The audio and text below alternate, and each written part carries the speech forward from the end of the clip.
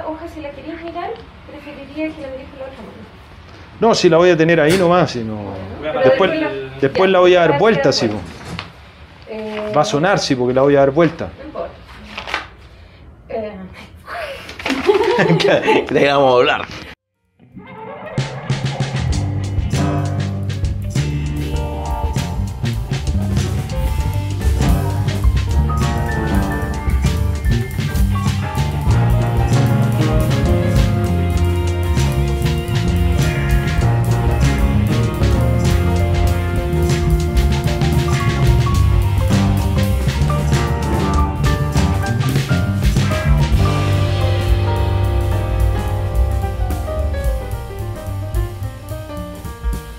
Buenos días, en esta oportunidad en Fuello Podcast nos acompaña el profesor Esteban Pereira, profesor de Derecho Civil y además de Teoría del Derecho, ¿no? Tiene esa virtud de jugar en dos campos del derecho escasa, ¿no? En nuestro medio, lo cual ha significado sin duda una renovación, yo lo he dicho varias veces, un frescón, ¿no? En la literatura jurídica nacional, dado que tanto tú como Alberto Pino, que nos acompañó también en un par de episodios, han mostrado una inquietud intelectual muy interesante de buscar una fundamentación distinta, un análisis diverso para explicar las instituciones del derecho civil. Y justamente sobre esa cuestión me gustaría, Esteban, conversar en esta oportunidad. Se trata de cómo entender la teoría general del contrato desde una perspectiva alejada del individualismo, de entender, ¿no?, que hay otra forma de razonar para explicar el fundamento de la teoría general del contrato. Arranquemos con eso, Esteban. Muchas gracias por acompañarnos. Bueno, muchas gracias, Carlos, por la invitación y a todo tu equipo. Ha sido muy lindo ser como espectador respecto a los podcasts y lo que ha influido en nuestro estudio del derecho y la cercanía respecto a los conocimientos para los estudiantes, así que muchísimas gracias por la invitación. Bueno, el proyecto en algún sentido se ajusta a lo que puede ser denominado como un proyecto en filosofía del derecho privado. Y ese proyecto tiene que ver con la identificación de fundamentos de distintas áreas del derecho, en particular de derecho de contratos, de derecho de propiedad, restituciones y también derecho de daños. Mi investigación está centrada en particular en derecho de contratos y ahí la forma que he detectado es que los estudios clásicos en dogmática civil han establecido que el derecho de contratos se fundamenta uniformemente en virtud de un canon individualista, es decir, una filosofía que establece que hay una prevalencia respecto al interés personal del contratante en desmedro del interés de las demás personas. Esa cuestión a mí me parece correcta, pero insuficiente, en la medida en que el individualismo cuenta una parte de la historia importante del derecho de contratos, mas no cuenta toda la historia, porque también hay otro fundamento normativo, que es el fundamento altruista, que también se encuentra presente en el derecho de contratos. Y hay un conjunto de instituciones que en algún sentido pueden develar la importancia y el lugar que ocupa el altruismo en el derecho de contratos.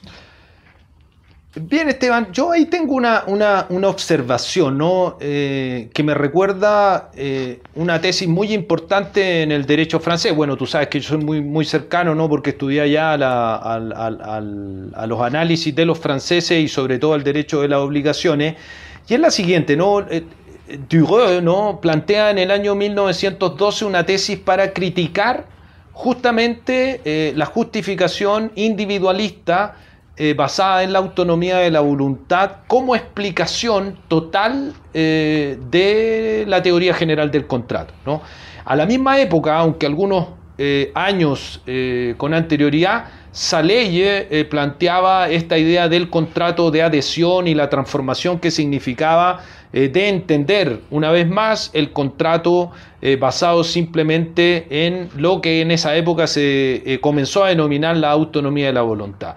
Josserand, otro autor también contemporáneo, criticaba de manera muy importante la explicación de la teoría general del contrato en base solo a las ideas de autonomía o individualismo, si se quiere, aunque conocemos la diferencia conceptual, ¿no?, entre ambas.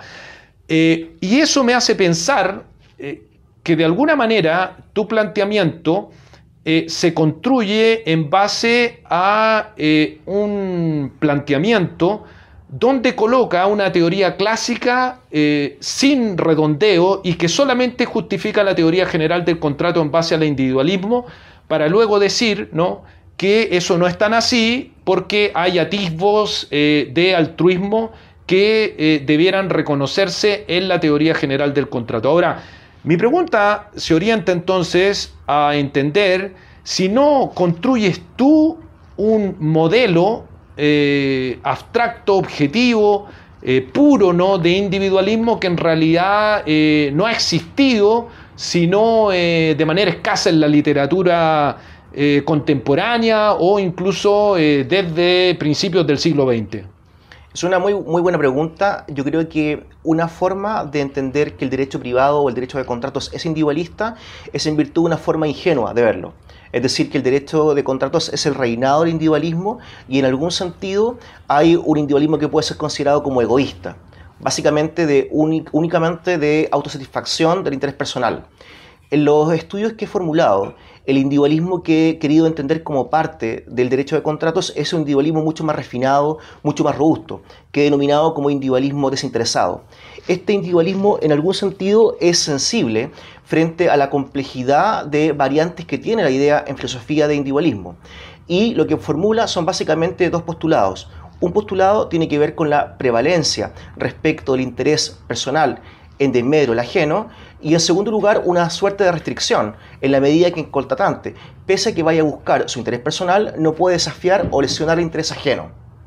En algún sentido, eso a mí me muestra que el derecho de contratos es efectivamente o tiene un compromiso con un canon individualista, pero no respecto de cualquier tipo de individualismo, sino que un individualismo mucho más refinado, mucho más culto, mucho más sofisticado, que no por el hecho de satisfacer el interés personal del contratante permite que éste vulnere o pase a llevar los intereses de los demás. De hecho, yo creería que la lectura que ve burdamente el individualismo en el derecho de contratos lo lee egoístamente, entendiendo que el derecho de contratos es algo así como un plano de egoísmo en el cual se encuentra permitido que el contratante pase a llevar interés ajeno. No es ese el objetivo en algún sentido de posicionar el altruismo. El altruismo, si es que tiene relevancia en el derecho de contratos, lo tiene en competencia con la mejor forma de entender ese individualismo. Y eso es una forma desinteresada. No tiene sentido, creo yo, instalar el altruismo si el rival es un rival débil. Tiene sentido leer en la mejor versión posible el individualismo y frente a ese mostrar su insuficiencia.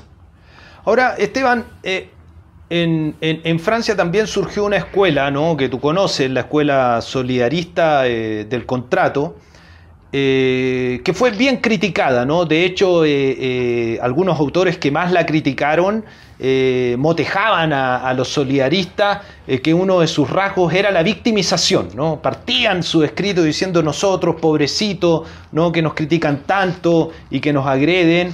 Pero fuera de eso, a mí me parece interesante que identificaron, por así decirlo, dos miradas de cómo reformular la teoría general del contrato a partir de estas ideas solidaristas, que yo sé que tú diferencias el solidarismo con el altruismo, ya quizás volveremos sobre eso, pero que planteaba que había un solidarismo moral donde se colocaba el énfasis en que debíamos entender que los contratantes debían considerar el interés ajeno y no solo el interés propio, ¿no? Entonces quedaba en esta idea de un microcosmos, que los solidaristas recogen esa expresión de un texto de Moore, ¿no?, donde habla del microcosmos contractual, y por ende entonces debía construirse la teoría general del contrato a partir que los contratantes toman en cuenta el interés del otro contratante. Pero la otra versión era un solidarismo a partir del impacto social,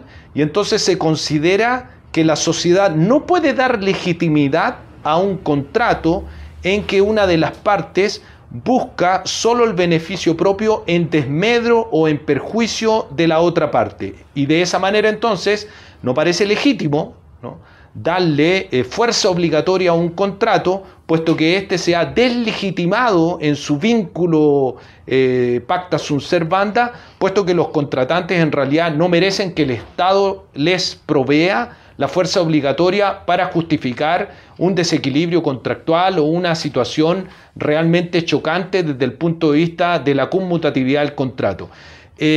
Si uno asume esas dos versiones, ¿no?, ¿tú estarías más cómodo con una versión del solidarismo moral o más bien del solidarismo social, por así llamarlo?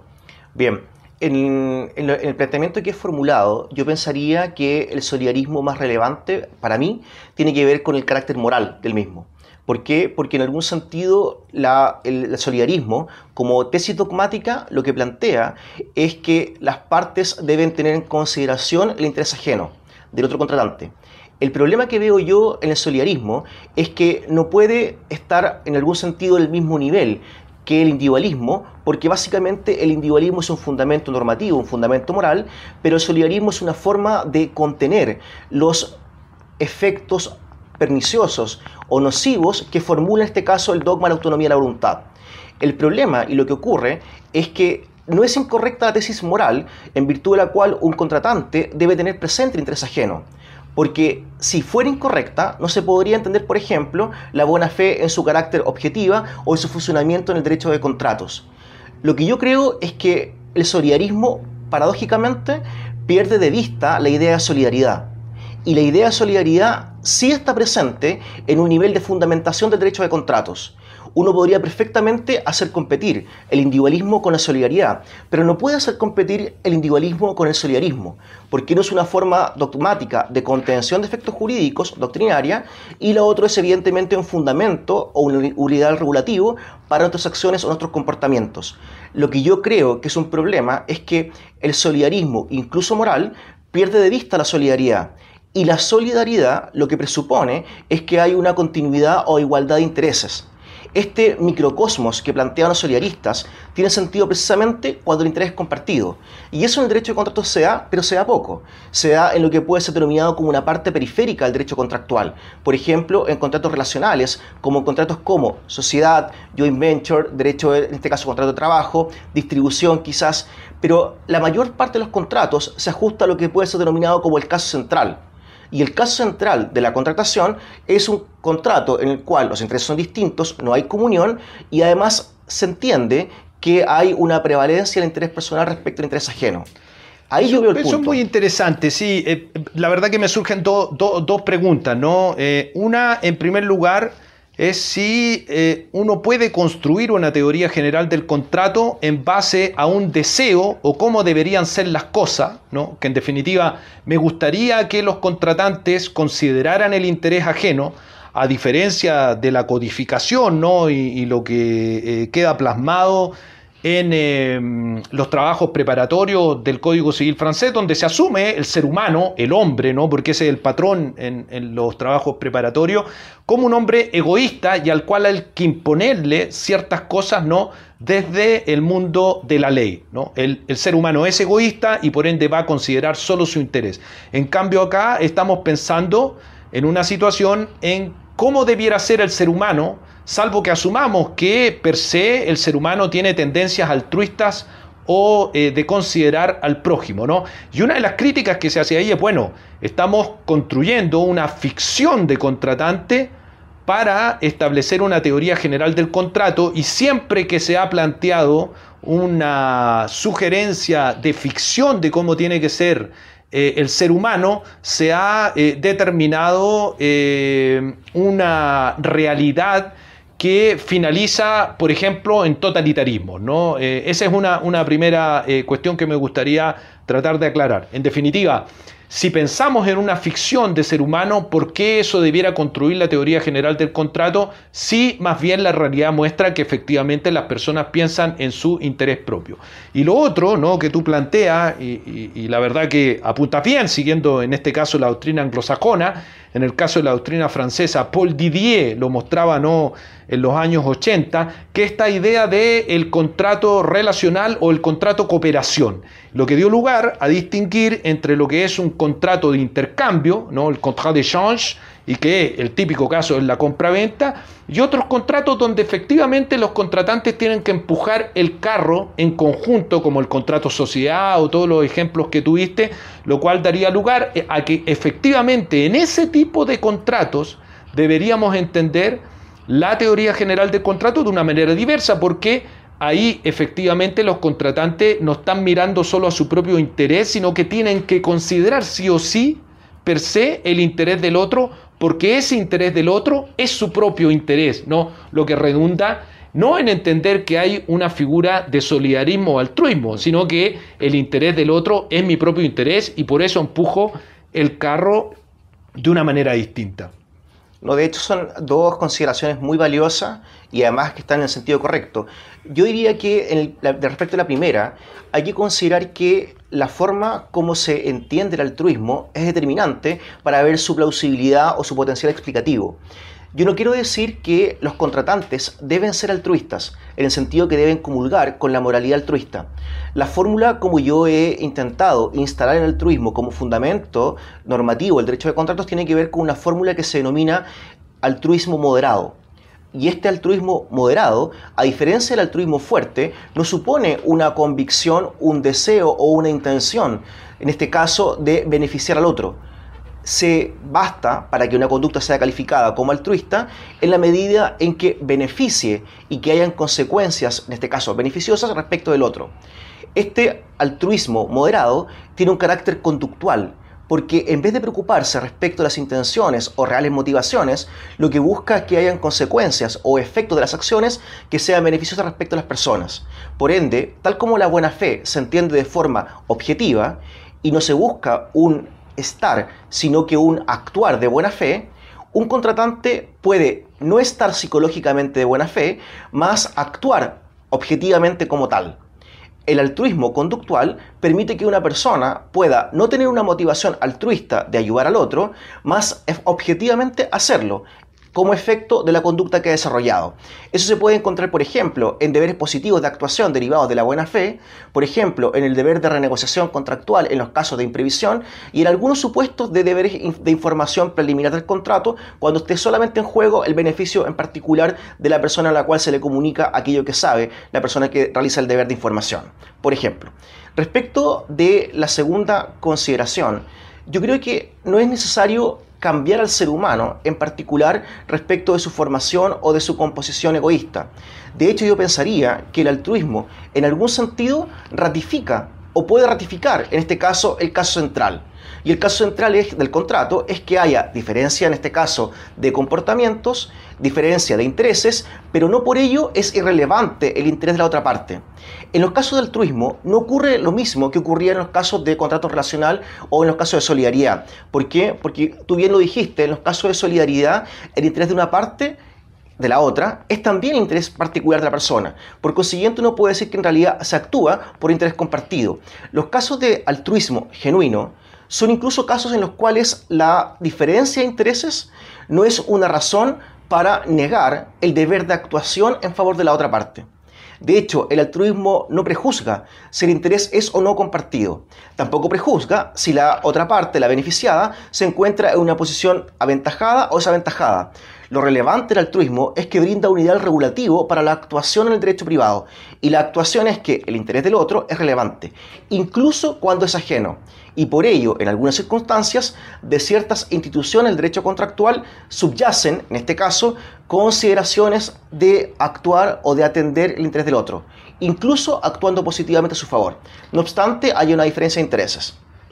Bien, y una última pregunta, ¿no? Porque a mí me parece que la evolución de los últimos 30 años, ¿no?, en el derecho a los contratos ha avanzado a considerar de manera intensa ciertos correctivos que permiten proteger la posición de uno de los contratantes que se vea afectado por un desequilibrio intolerable, ¿no?, por un desequilibrio significativo.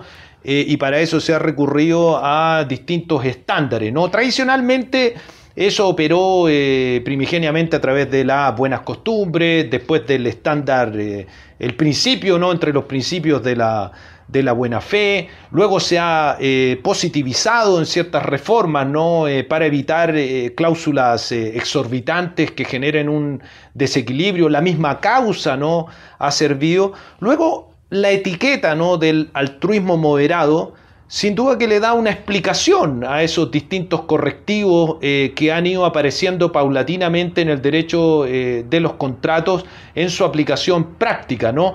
Y luego la pregunta es entonces, simplemente sería el altruismo moderado una forma de reorganizar estas manifestaciones que ya se han ido dando en la jurisprudencia o por vía legal en códigos recientes, el argentino, el francés o proyectos de reforma, ¿no? que duermen como el español, o tú ves que tiene otra virtud aparte de reconocer esa manifestación y colocarle la etiqueta de altruismo moderado? Como el proyecto es un proyecto de fundamentación, evidentemente es un proyecto que está en el segundo nivel de análisis. Es decir, la pregunta central en este caso es ¿cuál es el fundamento, o mejor dicho, cuáles son los fundamentos del derecho de contratos? Y la respuesta es que al menos no es solo uno, no es el que tradicionalmente se considera. ¿Por qué? Porque eso provoca una simplificación respecto al objeto de estudio. Y esta simplificación desatiende lo que puede ser denominado como la complejidad del derecho de contratos. Esta complejidad se expresa al menos en el hecho de que no hay solamente un fundamento, sino que hay dos. Uno puede decir, ¿y cuál es el beneficio o la incidencia más bien práctica de reconocer un fundamento que antes no se reconocía? Evidentemente esto puede jugar a dos niveles. Un nivel, como lo indicas tú correctamente, es que aparezca con mayor encaje y mayor adecuación la inserción de herramientas o instrumentos que no se encontraban expresamente reconocidos en los códigos civiles decimonónicos. Uno puede pensar en figuras como lesión subjetiva, lesión injusta, explotación contractual, abuso de posición dominante, y todas estas pueden en algún sentido tener un mayor encaje o mayor conciliación con un fundamento altruista que no sea meramente individualista. Pero no solamente tiene que ver su repercusión o incidencia con la posibilidad de que de ley eferenda se puedan instaurar institutos que queden mejor explicados en virtud de un canon altruista, sino que también tiene que ver con el hecho de poder comprender institutos con los cuales ya contamos, pero que la teorización respecto de ellos, a mi juicio, ha sido insuficiente. El mejor ejemplo es el Instituto de la Buena Fe. La Buena Fe es un instituto sobreexplicado a nivel dogmático, que evidentemente hay repercusión en muchos ámbitos, mucha tinta se ha derramado en virtud de su explicación. La pregunta es si sabemos en virtud de qué fundamentos se pueden formular los deberes derivados de la buena fe. Y a mí me da la impresión que la buena fe no puede instaurarse únicamente en virtud de un fundamento individualista. Si se comprende correctamente la buena fe es sensible hacia el interés de los demás, pero no solamente para no dañarlo, no solamente para no vulnerar el interés ajeno, sino que muchas veces también para actuar en el único y exclusivo beneficio de la otra parte. Hay deberes de la buena fe que si no se cumplen y no se actúa como un contratante de buena fe, hay una cierta sanción, pero esa sanción tiene que ver con el hecho de que no se ha logrado un beneficio, no que se ha evitado en este caso un daño. Esto a mí me parece relevante porque el ámbito de operatividad del altruismo no está concentrado o restringido al hecho de que haya una repercusión de ley eferenda, sino que la explicitación de un fundamento normativo con el cual ya contamos sirve para una mejor comprensión del derecho contractual que tenemos. Y esto tiene que ver con el hecho de que el derecho de contratos, a mi juicio, está caracterizado por una complejidad. Y esa complejidad es la que ha sido pasado por alto en virtud de estudios tradicionales que han solamente pensado el derecho de contratos como si fuera una cuestión de individualismo. Bueno, muchas gracias Esteban, ha sido muy enriquecedor compartir contigo esta conversación. Disfruto mucho leyendo tus textos porque, como te decía, creo que viene a plantear una discusión necesaria en el ámbito del derecho civil, en particular para mí el derecho de las obligaciones, aunque sin duda también se extiende, como lo sabemos, al derecho de las cosas y en particular la propiedad. Muchas gracias Esteban. Muchísimas gracias, Carlos, y a todo el equipo. Estoy muy contento de formar parte de esta iniciativa tan linda y que ha llevado tan buenos frutos.